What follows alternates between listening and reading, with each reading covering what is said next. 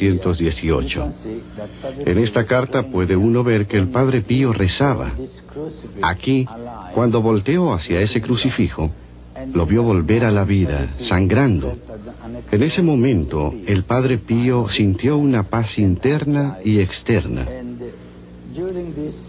Y durante todo este tiempo, el Padre Pío veía al crucifijo vivo y goteando sangre.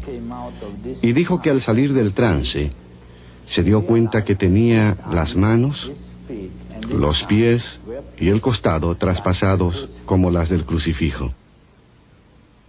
Esta es la primera fotografía de sus heridas, la cual después fue notarizada. La noticia de este acontecimiento se divulgó lentamente, y la gente empezaba a ni para ver al fraile que había sido estigmado o para oír una de sus misas. Uno podía entender la actitud en el convento al singular milagro del joven fraile. Era de extrema cautela. Hasta se decía que iban a mandar al Padre Pío a otra parte de Italia. Pero la gente de San Giovanni vociferaba que se quedara. Hasta había amenazas de violencia. Eventualmente, algo se tenía que hacer. Se tenía que tomar una decisión porque tal notoriedad podía ser vergonzosa más que una bendición. En 1922, el Santo Oficio tuvo que intervenir con una serie de medidas. Declaró que no había señales de algo sobrenatural en el caso y le ordenó al Padre Pío que no participara en misas públicas y que dejara de escribir. Después de que se le leyó el decreto, dijo: «Se hará la voluntad de Dios». Y así empezaron 10 años de soledad. El Padre Pío se encontraba como un sacerdote sin congregación, como un confesor sin poder dar perdón, como un cristiano sin guía espiritual. En su asilo se sumergió totalmente en la oración, en la escritura y en la lectura espiritual. Y escribió las palabras: «Resta conme». Quédate conmigo, Señor. Tú sabes que no te puedo olvidar. Quédate conmigo, Señor. Tú sabes que sin tu fuerza caigo. Quédate conmigo, Señor, porque sin ti mi fervor falla. Quédate conmigo, Señor. Tú eres mi vida. Tú eres mi luz. Después de una larga década, el mandato fue finalmente levantado por el Papa Pío VI, quien después de haber examinado el caso detalladamente, le permitió al Padre Pío volver a tomar posesión de su ministerio. Eventualmente se tuvo que construir una iglesia más grande para acomodar a las grandes congregaciones que venían de todas partes del mundo. La multitud de peregrinos comenzó de nuevo. Vinieron en aquel entonces y siguen viniendo en el momento actual.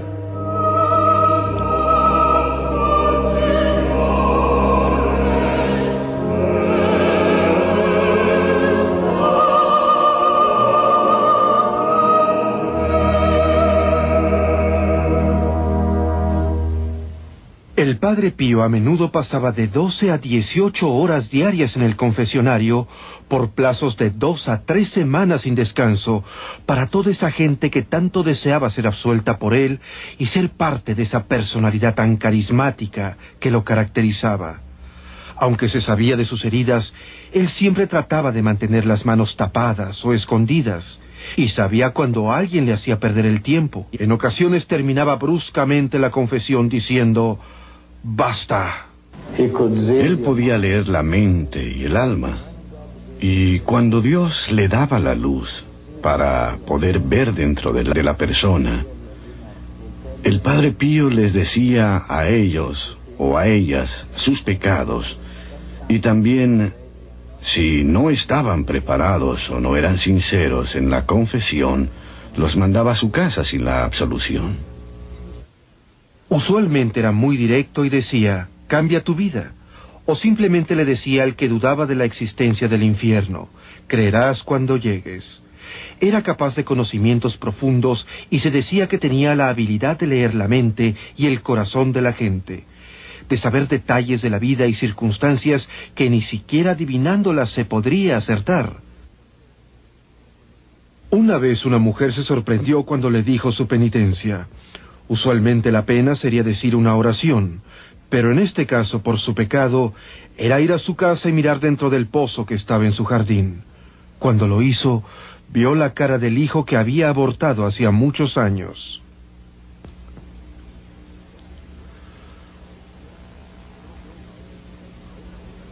Joe Greco, ahora totalmente devoto del Padre Pío, lo conoció bajo circunstancias en un sueño en el cual le pidió que salvara la vida de su padre, el que de repente se recuperó de una operación muy peligrosa. Joe decidió ir a San Giovanni y darle las gracias al Padre Pío, a pesar de que tuvo que esperar 4 días para su confesión. Esto en verdad fue lo que me convenció. Fue el Padre Pío, me vio y me dijo, bueno, entonces tu padre ya está bien, ¿verdad? Esto me impresionó mucho porque de veras yo nunca había estado en San Giovanni Rotondo. Porque yo nunca había estado en esa parte del mundo. Y nunca le había comentado a nadie de la enfermedad de mi padre. Y así me le quedé viendo y pensé preguntarle si el que había visto en mi sueño era él. Y de repente, sin decir nada, me dice, en el sueño, en el sueño. Se me cortó la respiración. Le digo la verdad, estaba muerto de miedo. Y le dije, sí, padre, en el sueño, padre. Le dije todos mis pecados y me dio absolución. No, antes de que me absolviera me dijo, hay todavía algo más. Y le contesté, padre, no me acuerdo de nada más. Entonces el Padre Pío le empezó a recordar el incidente que tuvo con una muchacha que conoció cuando era joven y estaba en el ejército. En ese momento me acordé de todo. Quería que la tierra se abriera y me tragara. Estaba tan avergonzado. Le dije que estaba en lo cierto y que me perdonara por no habérselo dicho en la confesión. Estaba tan avergonzado. Bueno, has cargado este pecado contigo, me dijo, desde 1941. Y el lugar preciso era en el pueblo de Blackburn. Cuando me levanté para irme volvió a decir, hay algo que se te está olvidando. Le noté que decía esto con una leve sonrisa.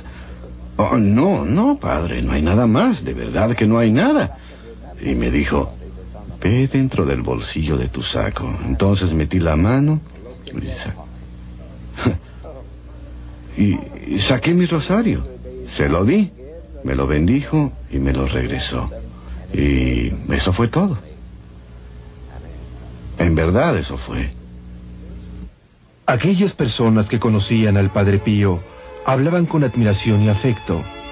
Hablaban de sus 50 años de dolor excesivo y de que no había duda que sufrió angustias de heridas genuinas.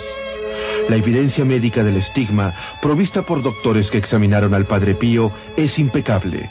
El doctor Luigi Romanelli, el doctor Giorgio Festa y el doctor personal del Padre Pío, el doctor Sala, proporcionaron, al igual que otros muchos expertos médicos, evidencia de que las heridas eran genuinas y que no mostraban señas de curación ni de ulceración. Desde el monasterio capuchino de Pietrelcina, donde tienen la sala dedicada al Padre Pío, el padre Stefanino nos relata.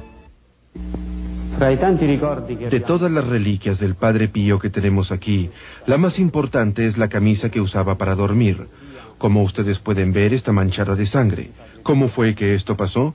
Sabemos que el Padre Pío vivió toda la pasión de Cristo, el sufrimiento, la corona de espinas, las heridas del estigma, y en sus propias palabras decía que el sufrimiento ocurría casi cada semana durante muchos años. A pesar de los dolores continuos, su contemporáneo, el padre Villani, una vez dijo, en el fondo del alma es el hombre más feliz del mundo. Su disposición a la vida siempre era, reza, ten fe y no te preocupes. Y decía que la ansiedad no ayudaba en nada y que Dios oía sus rezos.